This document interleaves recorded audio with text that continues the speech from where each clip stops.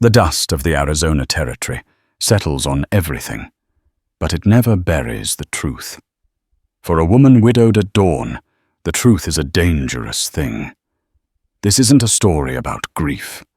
It's about the lies that bind us and the violence that sets us free.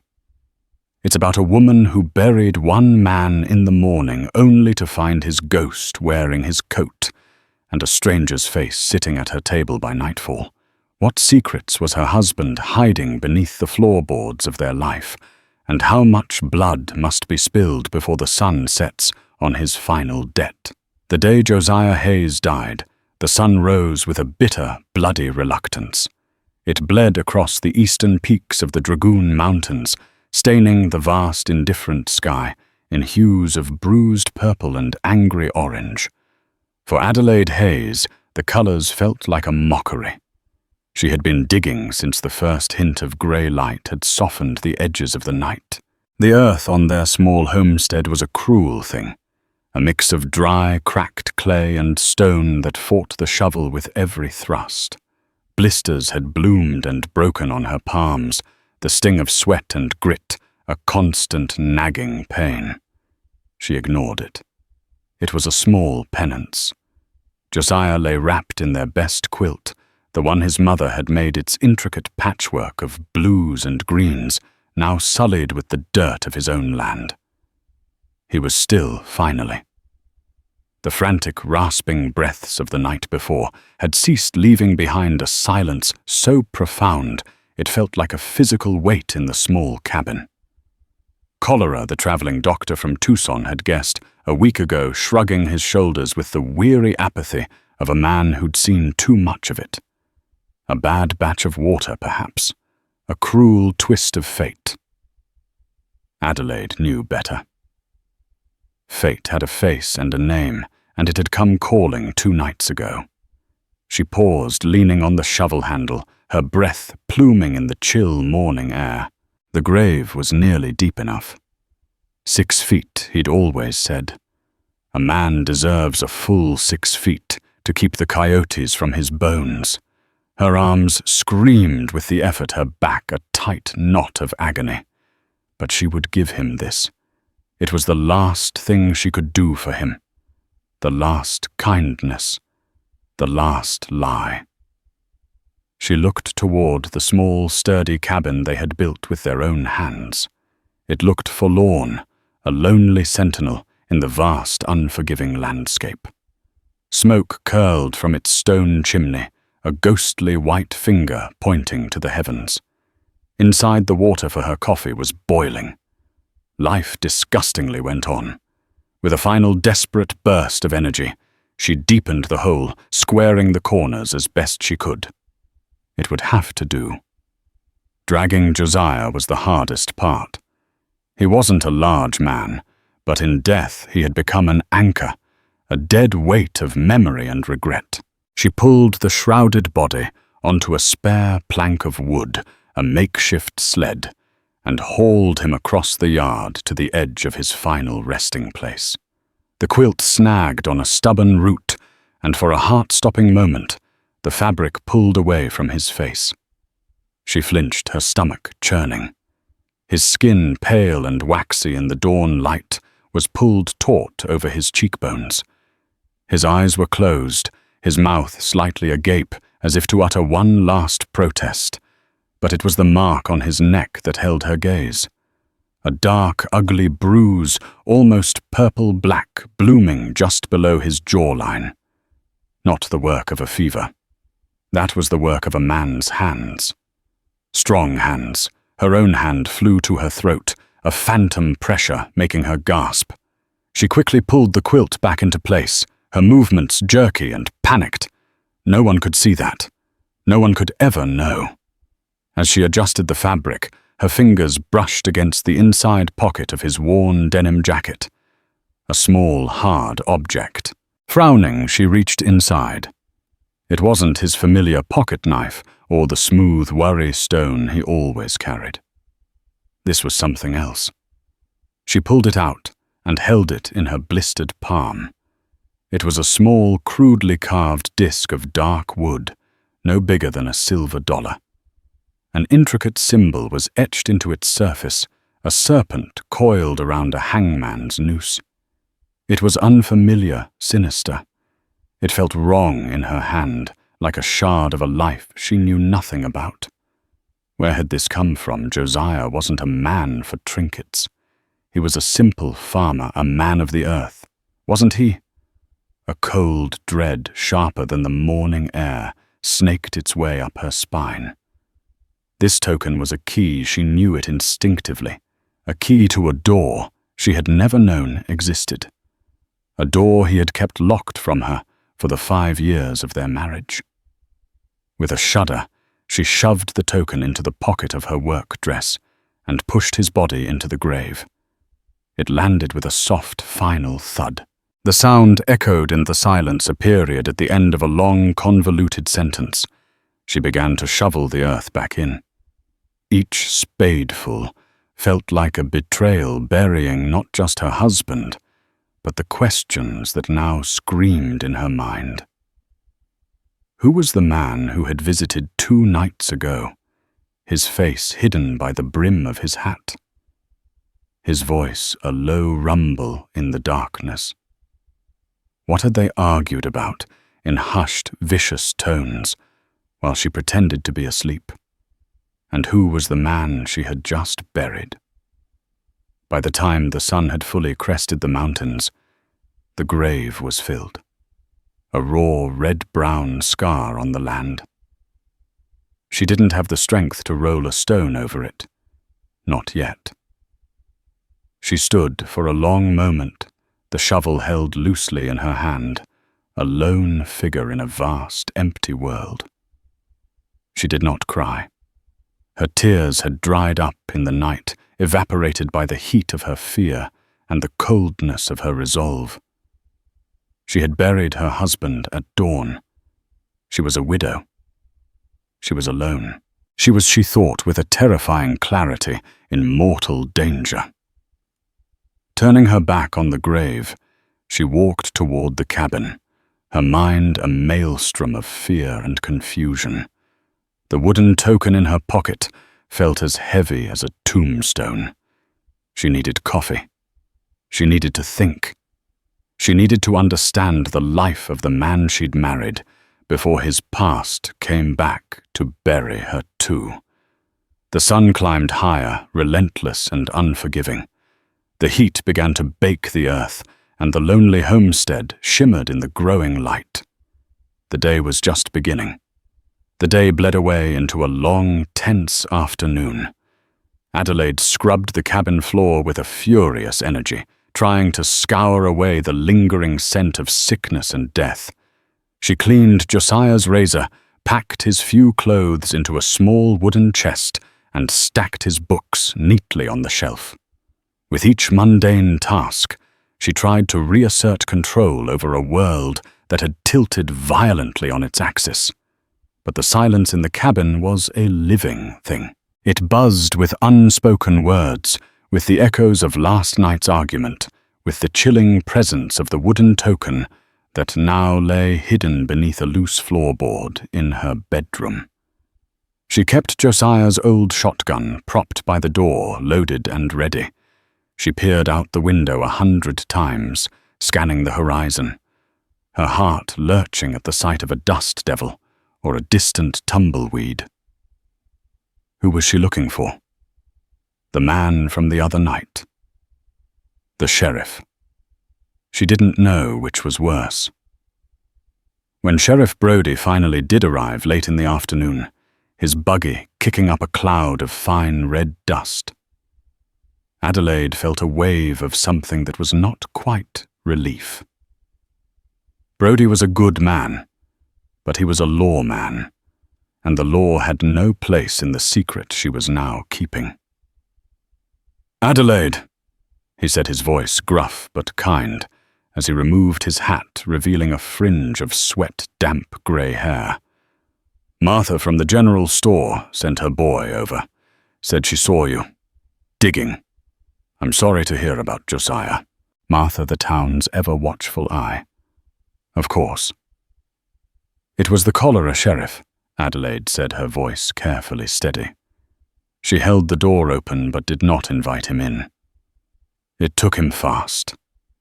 Brodie's eyes, the color of faded denim, scanned her face, then glanced past her into the unnaturally clean cabin.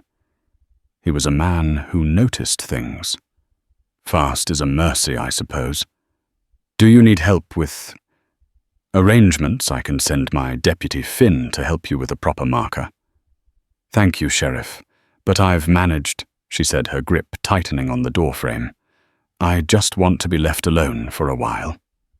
Of course, he said, though he didn't look convinced. His gaze lingered for a moment on the shotgun. You be careful out here, Adelaide. A woman alone. He let the sentence hang in the air, a testament to all the dangers the territory held.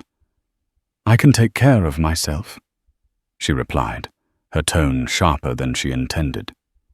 He nodded slowly, put his hat back on, and turned to leave. If you need anything at all, you send for me. She watched him go, her body rigid with tension. The interview had been a rehearsal, a test. She wasn't sure if she had passed. As the sun began its descent, painting the sky in the same violent colors as the dawn, an exhausted peace began to settle over her. Perhaps she had been wrong. Perhaps the visitor had been a random drifter, his argument with Josiah a meaningless squabble. Perhaps the token was just a piece of wood. Perhaps the bruise was just a shadow. She was sitting at the small kitchen table, staring into a cup of cold coffee when she heard it. The slow, rhythmic clopping of a horse, steady and unhurried. It wasn't Brodie's buggy. This was a single rider. Her blood ran cold. She snatched the shotgun, her hands trembling, and moved to the window, peering cautiously around the edge of the curtain.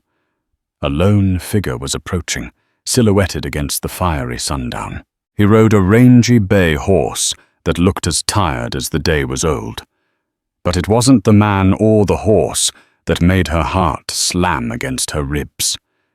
It was the coat. He was wearing Josiah's coat. It was unmistakable. A heavy sheepskin-lined coat, its tan canvas faded by the sun and darkened at the shoulders from years of rain. One of the leather buttons was missing, and there was a small L-shaped tear near the left pocket that she had mended herself just last winter. It was as much a part of Josiah as his beard or his calloused hands, and a stranger was wearing it. He rode directly into the yard, as if he belonged there, dismounting with a fluid grace that spoke of a life spent in the saddle. He was tall and lean, moving with a predator's economy of motion. He looped the reins around the hitching post and turned toward the cabin. For a moment, his face was illuminated by the dying light. He was younger than Josiah, perhaps 30. His face was all sharp angles and hard planes, shadowed by a dark stubble. A long scar, white and puckered, cut a path from his left temple to the corner of his mouth, giving him a permanent, cynical smirk. But it was his eyes that held her captive. They were dark, intelligent, and utterly devoid of warmth. They swept over the cabin, the yard, and the fresh grave with a cool, appraising glance. Adelaide's breath hitched. This was not the man from the other night. This was someone new, someone far more dangerous. She leveled the shotgun, the heavy barrels resting on the windowsill.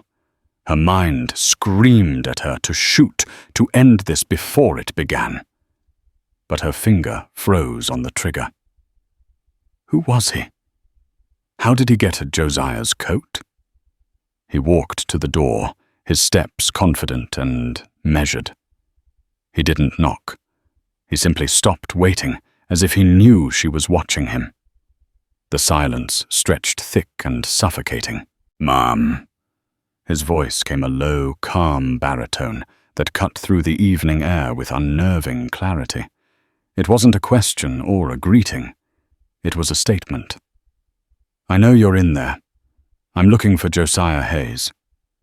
Adelaide's throat was so dry she couldn't speak. She pressed herself against the wall, the shotgun feeling flimsy and useless in her hands. "He and I have some unfinished business," the stranger continued, his voice maddeningly patient. "I'm not leaving until I find him." Summoning every ounce of courage she possessed, Adelaide called out, her voice a raw, wavering thing. "Josiah Hayes is dead." There was another long pause. She could hear the wind whispering around the corners of the cabin, the tired sigh of the stranger's horse. "I know," the man said, and the two words sent a fresh wave of terror through her. "I can see the grave from here. But that doesn't change the fact that he owes me something." He took a step closer to the door. "And I aim to collect. Now are you going to open this door, or am I—" The sun slipped below the horizon, plunging the yard into a deep twilight. The stranger in her husband's coat was a dark, menacing shape against the fading light. He had come home, and Adelaide knew with a certainty that chilled her to the bone that the dying had only just begun. The door did not open, nor did he force it. The stranger, it seemed, was a man of immense unnerving patience. He simply sat on the porch step, the sheepskin collar of Josiah's coat turned up against the night's chill, and waited. The darkness deepened, absolute and star-dusted. Inside, Adelaide sat in a hard-backed chair, the shotgun laid across her lap, her eyes fixed on the door. Every creak of the cabin's wood, every skittering sound from outside sent a jolt through her nervous system. This was a siege of the mind. He was not breaking down her door. He was breaking down her resolve. She was alone, exhausted, and terrified. He was calm, resolute, and on the other side of a thin plank of wood. Time was on his side. An hour passed, then 2. The moon rose, casting long, skeletal shadows across the yard. The man hadn't moved. Finally, a new sound reached her, the gentle clinking of metal and the rasp of a flint. A moment later, the rich, aromatic scent of coffee drifted under the door. He had made a small fire in the yard and was brewing a pot.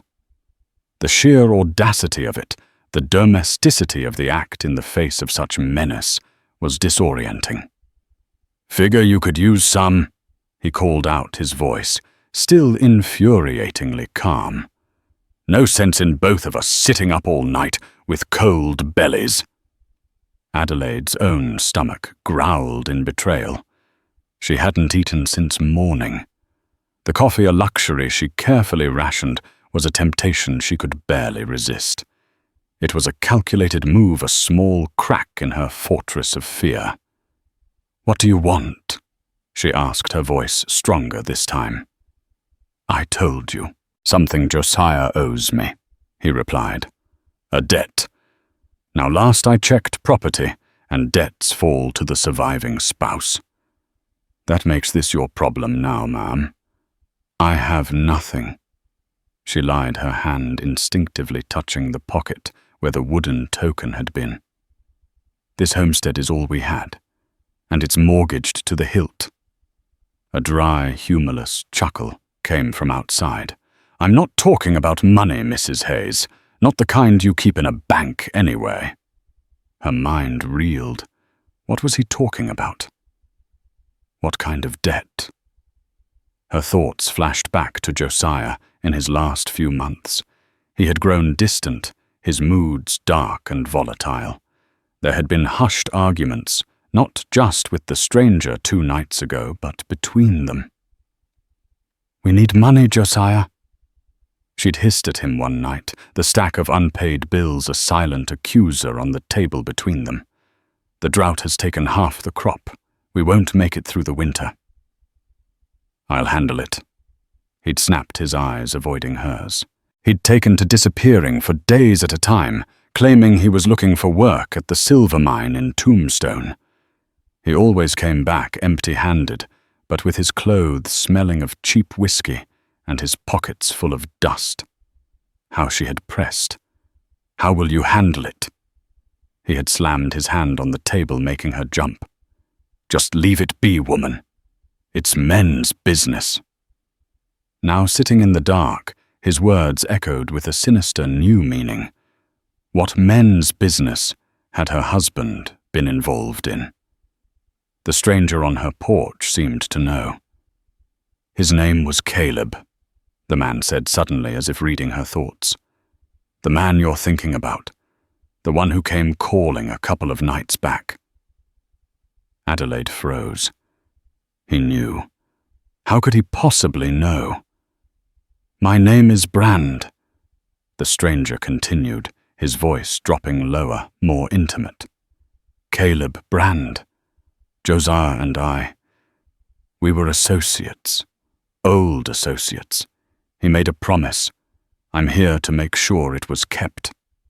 This was too much. Her carefully constructed walls were crumbling. She was out of her depth, drowning in a sea of secrets. She had to know more. She had to see his face, to look in his eyes and try to find the truth. With trembling hands she stood and walked to the door. She slid the heavy bolt back. The sound was deafening in the silence. She opened the door a crack, the shotgun still held tight against her body. Caleb Brand was crouched by his small fire, pouring coffee into a tin cup. He looked up as the door opened, his dark eyes locking onto hers. There was no surprise in them, only a grim sort of satisfaction. The firelight danced across the scar on his face, making it writhe like a living thing. That's better, he said softly. He stood up, grabbing the coffee pot and the second cup he had set out. He walked slowly toward her, his hands in plain sight. He wasn't holding a weapon. His weapon was the knowledge he held the past he shared with her husband. He stopped a few feet from the door. Adelaide, is it? She nodded, unable to speak. Well, Adelaide, he said, extending the cup of coffee to her. It seems you and I have a great deal to talk about. She hesitated for a heart-stopping moment, her gaze flicking from the coffee to his face, then to the coat he wore. Josiah's coat. It was like seeing a ghost. Finally, with a deep, shuddering breath, she lowered the shotgun and took the cup. As her fingers brushed against his, she felt a jolt, a spark of connection to this dangerous man, who held the key to her husband's secret life. He stepped across her threshold, and the cabin which had felt so empty all day was suddenly claustrophobic, charged with a terrifying new energy. The door swung shut behind him, and Adelaide Hayes was no longer alone. She was trapped. The conversation that followed was a careful, dangerous dance. They sat at the table, the shotgun now resting on her lap, its muzzle pointed vaguely in his direction. Caleb Brand sipped his coffee, his eyes constantly moving, taking in every detail of the small cabin. The coat, Adelaide said, her voice barely a whisper. How did you get it? Found a man selling it in a saloon in Benson. Caleb answered easily. Drunkard who claimed he won it in a poker game. I recognized it right away. Josiah was always proud of this coat. He ran a hand over the sleeve. Cost him a month's wages, he told me. Adelaide's blood ran cold. The man from 2 nights ago, the one Caleb claimed to know, must have taken it from Josiah's body and lost it in a card game. This wasn't just a stranger. This was a man tied directly to her husband's death. Who are you? She asked again, more forcefully this time. What kind of associates were you? Caleb gave her a long, measuring look. The kind that depends on trust, he said slowly. The kind where a man's word is all he has. Josiah broke that trust. He took something that wasn't his to take alone. Something valuable. I told you there's nothing here. It's here, Caleb insisted, his voice hardening. He wouldn't have run to a place like this, buried himself in dirt and debt, unless he was hiding something. He was never the farming type. He hated the sun, hated the quiet. He was a man made for noise and shadows. Everything he said chipped away at the image of the man she thought she'd married. Josiah, who complained about the summer heat. Josiah, who always seemed restless in the evenings, pacing the small cabin like a caged animal. Josiah, who had secrets. Suddenly, a loud banging at the door made them both jump. Adelaide's heart leaped into her throat. "Mrs. Hayes, Adelaide," a familiar voice called out. "Deputy Finn." "Sheriff Brody sent me to check on you. He was worried." Caleb's eyes locked with hers. A silent, urgent message passed between them. In that split second, Adelaide made a choice. She didn't know who or what Caleb Brand was, but she knew instinctively that letting the law into this tangled mess would be a fatal mistake. The secret of the bruise on Josiah's neck was hers alone. "Just a moment, Deputy," she called out, her voice high and strained. She looked at Caleb, her eyes wide with panic. He moved with astonishing speed. He grabbed the shotgun from her lap, slid it under the bed, and kicked the small wooden chest with Josiah's clothes against the wall. He turned to her, his face inches from hers, his voice a low, urgent whisper. "I'm your cousin, from back east. Came to help you with the funeral." His eyes bore into hers, demanding compliance. "Do you understand?" She could only nod, her mind reeling. She opened the door to a fresh-faced Deputy Finn, his brow furrowed with concern. "Ma'am, are you all right?" I heard voices. "I'm fine, Deputy," Adelaide said, forcing a weak smile. My cousin just arrived." "Caleb." He came as soon as he heard about Josiah. Caleb stepped forward, extending a hand to the bewildered deputy. He had transformed. The menace was gone, replaced by a mask of somber concern. He looked every bit the grieving relative. "Caleb Brand," he said, his voice laced with false sadness. "Thank you for checking on my cousin, Deputy. It's been a terrible shock for her." Deputy Finn, young and earnest, shook his hand, his suspicion melting away. "Of course. Well, that's a relief. The sheriff was worried. I'll let him know you're not alone, Mrs. Hayes." "Thank you, Finn," Adelaide said, her heart pounding a frantic rhythm against her ribs. As the deputy tipped his hat and walked back to his horse, Adelaide closed the door and leaned against it, her legs feeling like water. She turned to face Caleb, who was watching her with a new, unreadable expression. The mask was gone. The predator was back. "You're a good liar, Adelaide," he said, a slow, dangerous smile touching his lips. "Josiah was too." The air in the cabin crackled with tension. They were allies now, bound by a shared deception. But Adelaide knew this alliance was as fragile as a pane of glass and just as sharp. She had lied to the law to protect a secret she didn't even understand for a man who was her captor.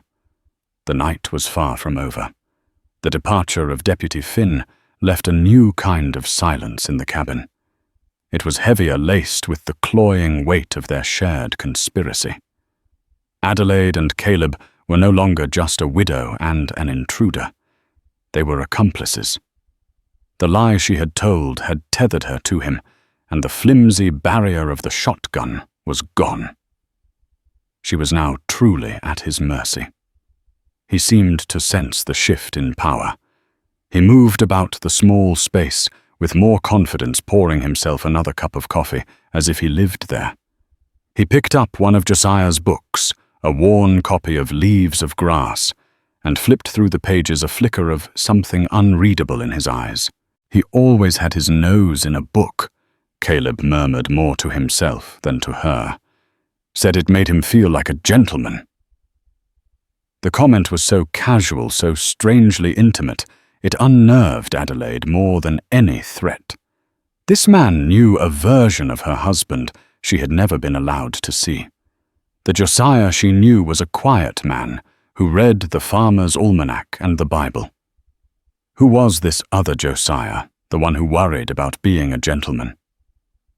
What was it? Adelaide asked, her voice low. What did he take? Caleb placed the book back on the shelf, his gaze sweeping the room again, but this time with a specific intensity. He wasn't just looking, he was searching. The culmination of a lot of hard work, he said. The retirement fund, you might say, from our association. And what association was that? He turned to face her, his cynical smirk back in place. We were in the import-export business. We imported other people's assets and exported them to places they couldn't be found. The meaning was clear. Robbers. Thieves. Her husband, the simple homesteader, was a thief. The word hung in the air, ugly and sharp. It explained so much, the secret trips, the sudden tempers, the haunted look that was sometimes in his eyes. I don't believe you, she said, but her voice lacked conviction. Don't you? Caleb challenged. Think about it, Adelaide. A man like Josiah with his tastes. Did this place ever seem like enough for him? Did he ever seem settled? She had no answer. He was right. Josiah had always seemed like he was waiting for something, like their life was a temporary stop on the way to somewhere better. She had assumed he was ambitious. She had never considered he was a fugitive. While Caleb continued his visual sweep of the room, an idea began to form in Adelaide's mind. If Josiah was hiding something valuable, he would have kept a record. He was a meticulous man, a man of ledgers and lists. He tracked every seed, every penny, every drop of rain. He would have tracked this too. She thought of the small locked chest where he kept his personal papers. He had always been fiercely protective of it, claiming it held deeds and family letters. She had never had a reason to look inside. Now she had every reason in the world. It's getting late, she said, trying to keep her voice even. I'm going to turn in. It was a dismissal, an attempt to reclaim some small piece of her home. Caleb raised an eyebrow but didn't protest. I'll take the floor, he said, gesturing with his coffee cup. Don't worry, I don't bite, unless I'm provoked. Adelaide retreated to her small bedroom, her heart pounding. She didn't dare light a lamp. She waited, listening to the sounds from the main room, the clink of his cup, the soft creak of the floorboards as he moved, and finally the sigh of his body, settling onto the rug near the hearth. She waited for what felt like an eternity, until his breathing deepened into the slow, rhythmic pattern of sleep. Moving with the silence of a shadow, she slid the wooden chest out from under her bed. The lock was simple, but she had no key. Her eyes scanned the room, landing on a hairpin resting on her dresser. With trembling fingers, she picked it and returned to the chest. She had seen this done in a penny dreadful once. She inserted the pin into the lock, her hands clumsy, her nerves shot. She jiggled it, twisted it, scraped it against the tumblers, sweat beading on her forehead. For a moment she thought it was hopeless. Then with a faint click, the lock sprang open. She held her breath, listening. Caleb didn't stir. Slowly she lifted the lid. Inside were the expected documents, the deed to the homestead. Her marriage certificate, a few faded letters from Josiah's estranged sister. But underneath them, tucked into a false bottom she had never known, there was a small leather-bound ledger. Her fingers trembled as she lifted it out. This was it. This had to be it. Using the faint moonlight filtering through the small window, she opened the first page. It wasn't farm accounts. It was a list of names, towns, and numbers. Black Creek Station, Wells Fargo, $15,000. Durango Payroll, Silverton Mine, $22,000. Union Pacific, Cheyenne Line, $35,000. It was a litany of crimes, a confession written in neat, precise script, her husband's script. The total at the bottom of the final page made her gasp.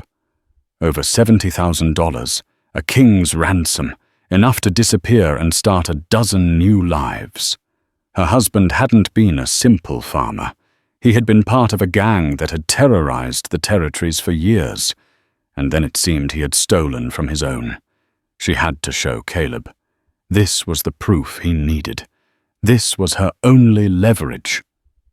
Clutching the ledger to her chest, she rose and crept back into the main room. Caleb was not asleep. He was sitting up, silhouetted by the dying embers in the fireplace, watching her. He had been waiting. "Find what you were looking for?" he asked, his voice a low rumble. Adelaide stopped frozen in the middle of the room. The ledger suddenly felt like a lead weight in her hands. She had walked right into his trap. "I think so," she said, her voice barely a whisper. She held it out to him. "Is this it? Is this the debt you came to collect?" He didn't take it from her.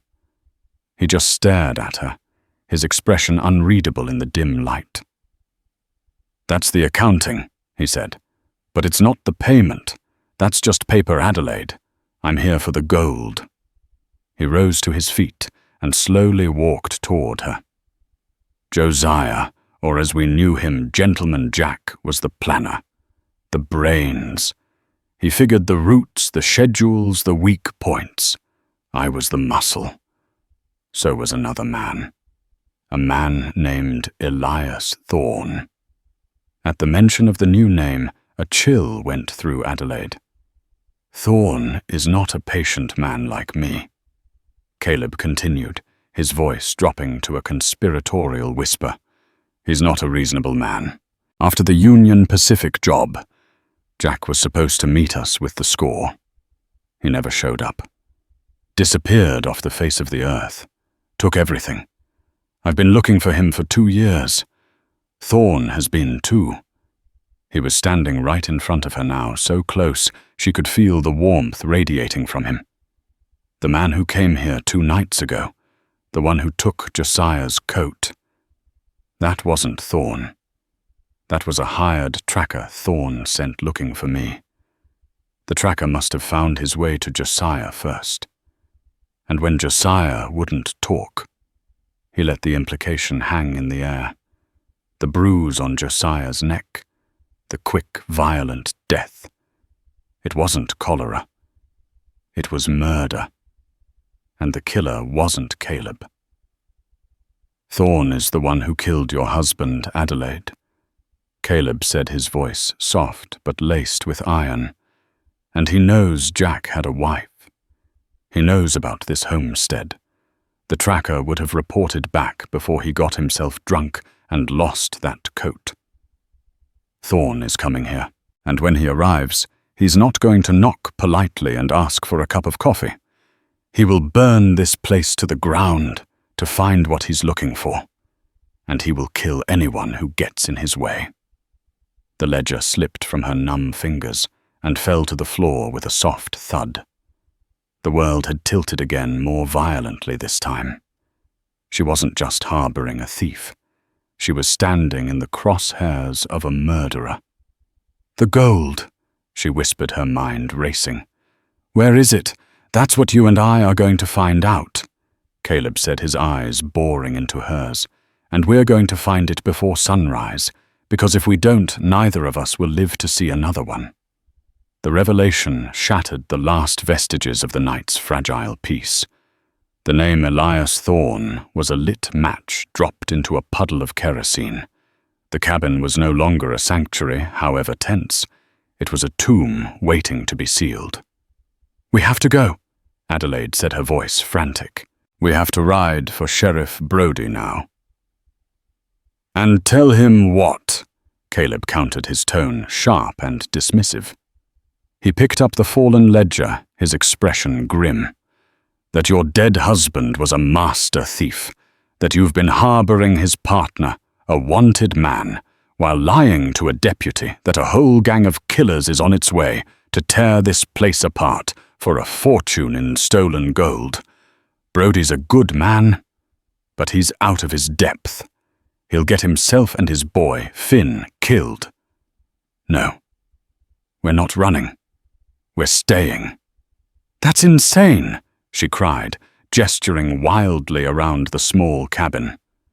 We're trapped here. He'll kill us all. He'll kill us if we run too. Caleb set his voice a low, cold stream of logic that cut through her panic. Thorn will hunt us to the ends of the earth. Our only chance is here, on our terms. Josiah, for all his faults, picked this spot for a reason. It's isolated, good sightlines, defensible. He looked at her, his dark eyes intense. You know this land better than anyone, Adelaide. You know its secrets. I know Thorn. Together we might stand a chance. She stared at him, her mind a whirlwind of terror and disbelief. An alliance. An unholy alliance between a grieving widow and a hardened outlaw against a monster of her husband's making. It was madness. It was also, she realized with a sinking heart, their only hope. The search began with a desperate, frantic energy. They tore the cabin apart. Caleb, with the focused eye of a professional, tapped walls, looking for hollow spaces. He checked the chimney, the ceiling beams, the foundation stones. Adelaide, her mind racing, searched through Josiah's things with a new perspective.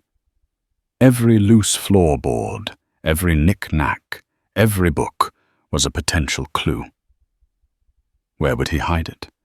She thought, her hands pulling at the seams of Josiah's spare mattress. Not in the cabin. Too obvious. Too small. The first place anyone would look. Caleb seemed to reach the same conclusion. It's not in here, he said, kicking a floorboard back into place with frustration. Jack was smarter than that. He liked misdirection. Grand gestures. Adelaide's eyes drifted to the window toward the dark scar on the land that was her husband's grave. A grand gesture. The thought hit her with the force of a physical blow. The grave, she breathed. Caleb turned to her, his eyes widening as he understood. Of course, he whispered, a grim smile touching his lips. The one place no one would dare to look, hiding his treasure under the marker of his own death. The man always did love poetry. Before they could act, a new sound cut through the night, the distant but distinct sound of multiple horses moving fast. They're here, Caleb said, his body going rigid. He moved to the window, peering into the darkness. 4 of them. Panic, cold and sharp, seized Adelaide. It's too late. It's never too late, Caleb snapped. He grabbed the shotgun from under the bed and tossed it to her. You know how to use this? Josiah taught me. She answered, the weight of the weapon a terrifying comfort in her hands. Good. Don't shoot until you can see their faces. Bar the door. I'll take the back window. He pulled his own pistol, a Colt Peacemaker, from a holster she hadn't realized he was wearing under the coat. The transformation was complete. The grieving cousin was gone. In his place was a hardened killer ready for a fight. Adelaide slammed the heavy bar across the door, her heart hammering. She blew out the single lamp, plunging the cabin into near-total darkness, illuminated only by the faint dying glow of the embers. She could hear the riders circling the homestead, their horses' hooves trampling the dry earth. A voice called out, coarse and mocking. Brand, I know you're in there. I can smell you from here. Send out the girl and the gold. and I might let you walk away." "That's Thorn," Caleb whispered from across the room.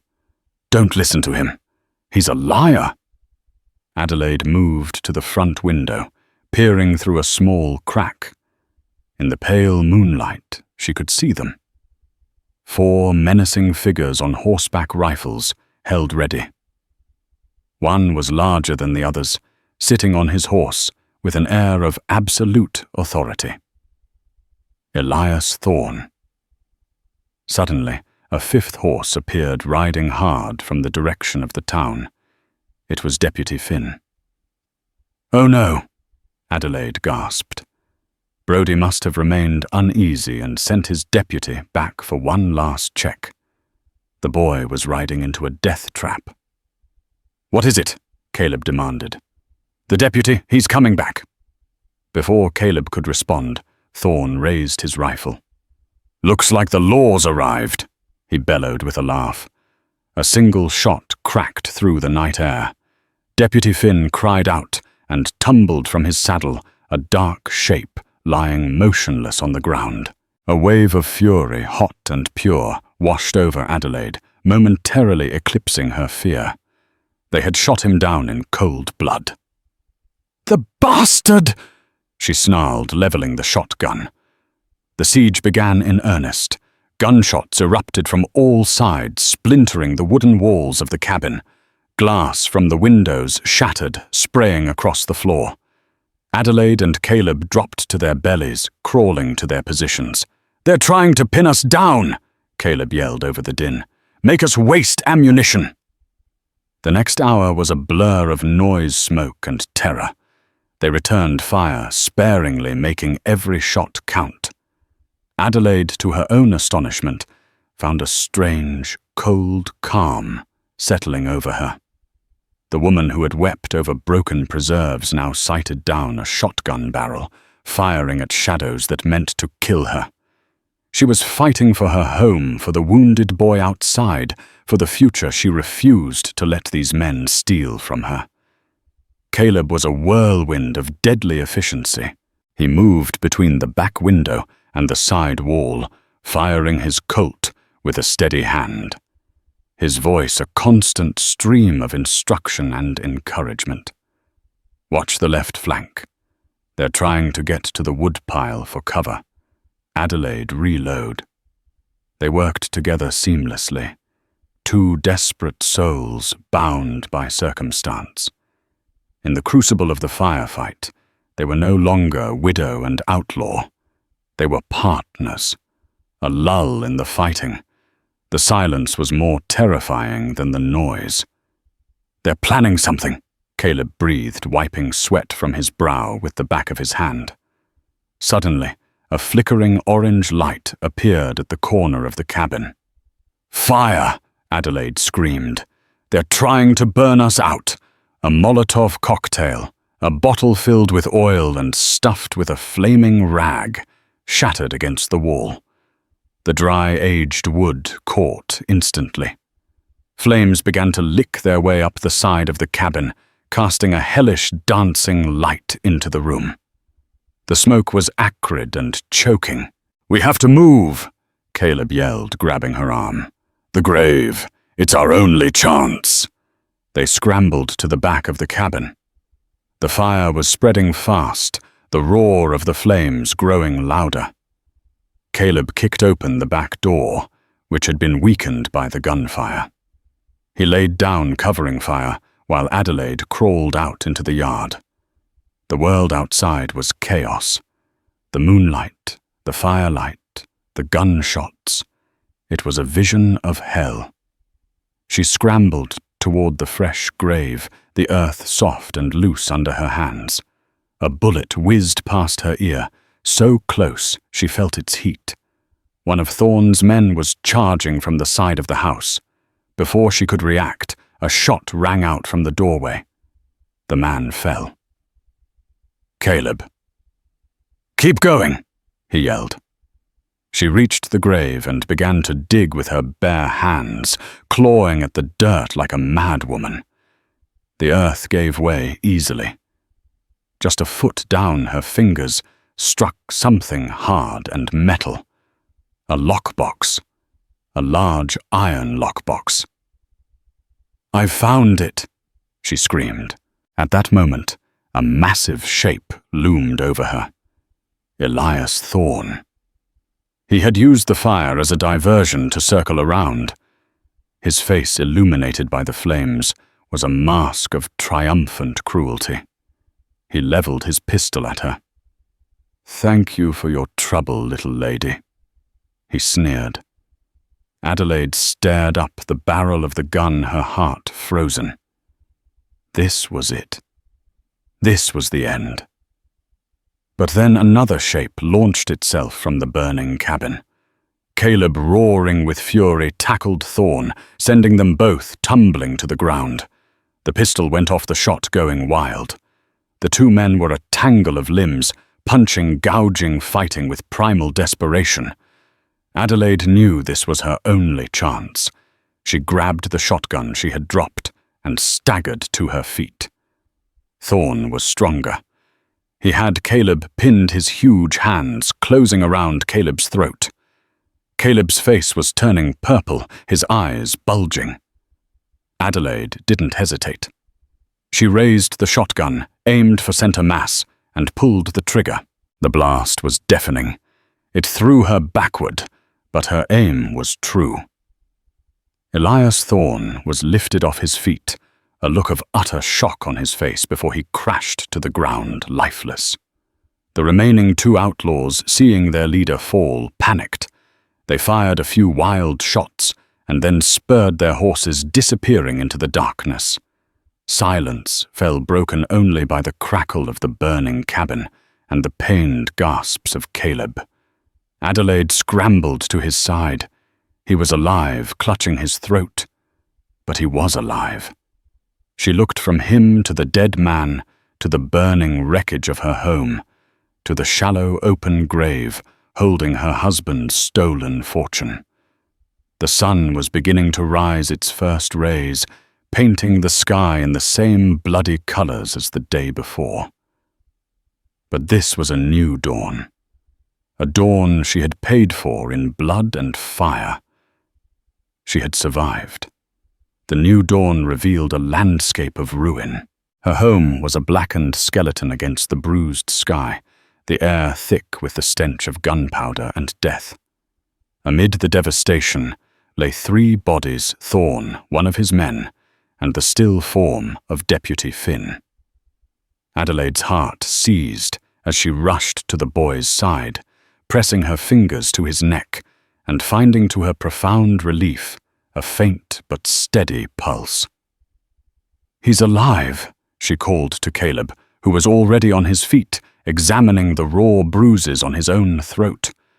Together they moved the unconscious deputy to safety, and Adelaide quickly fashioned a crude bandage for the gunshot wound in his shoulder. He would live. With that small mercy secured, their attention turned to the open grave. They hauled the heavy iron lockbox from the dirt, and Caleb, with a grunt, smashed the rusted lock with the butt of his pistol. The contents glittered in the morning sun, a breathtaking hoard of gold coins and banknotes. It was Josiah's entire legacy of deceit in one place. 73,000, Caleb said, his voice a raw rasp. Jack was never good at division. He took it all. He ran a hand through the coins, then looked at Adelaide, his expression unreadable. "Half of it is mine, by right." "I know," she replied, feeling nothing but a strange numbness. It was blood money paid for by too many lives. In a grim, unspoken pact, they divided the fortune. Half was packed into Caleb's saddlebags. The other half returned to the lockbox for her. As Caleb cinched the heavy bags to his saddle, he paused. "What will you do now?" She looked at the smoking ruins of her life. "I don't know. There's nothing left. There's everything," he corrected, nodding to the box of gold. "You can go anywhere. San Francisco. Back east. Be anyone you want." He reached into the pocket of the coat, his coat now, and pulled out the small wooden token with the serpent and noose. He had retrieved it from the cabin before the fire. "A souvenir," he said, pressing it into her hand. "To remember the man your husband really was." She closed her fingers around the token, warmed by his skin. "And you?" A slow, genuine smile transformed his scarred face. "I hear Australia has some interesting scenery. Always wanted to see it." He swung onto his tired bay horse. "Thank you, Adelaide." "For what?" "For trying to shoot you." "For having good aim," he said simply. With a tip of his hat, a gesture of respect between equals, he turned his horse south and rode away without looking back. Adelaide stood alone, the shotgun in one hand, the token in the other. She was watching the dust settle when Sheriff Brody and a posse of 6 men rode into the yard. Brody's sharp eyes took in the entire tableau: the dead outlaws, the wounded deputy, the smouldering cabin, and the stoic woman standing guard over a box of gold. He looked at the tracks of the single horse leading south. Then his gaze settled on Adelaide. "Adelaide," he said, his voice heavy with disbelief. "What in God's name happened here?" She took a breath, the lie forming easily on her lips. It was a simpler story, a story the law could digest. Elias Thorne and his gang came looking for something they said Josiah stole. They shot Finn when he rode up. They tried to kill me. She hefted the shotgun. I got lucky. Sheriff Brody looked at her for a long, searching moment. He saw the soot on her face and the fire in her eyes. He saw the truth, and he saw the story he could tell. He made his choice. It appears Thorne and his men had a falling out over their spoils. He declared loudly to his posse, his voice carrying the weight of an official verdict. "Looks to me like they killed each other, and Mrs. Hayes was the unfortunate victim caught in the middle." He turned back to her, his eyes offering a silent pardon. As for this, he gestured to the lockbox. "It's evidence for now, but I reckon when the paperwork is filed, it'll be declared abandoned property. And I can't think of anyone with a better claim to it than the woman whose home they burned to the ground." Adelaide met his gaze and gave a single grateful nod. The sun climbed higher, illuminating the valley. She stood by the grave of the stranger. She had married a man whose death had improbably given her a new life. From the ashes of a farmer and a thief, a new woman had been born, a woman with a fortune, a shotgun, and a future that was finally her own. The sun was setting on her past, and Adelaide Hayes, for the first time, was ready for the dawn. What you've just heard is a story of survival.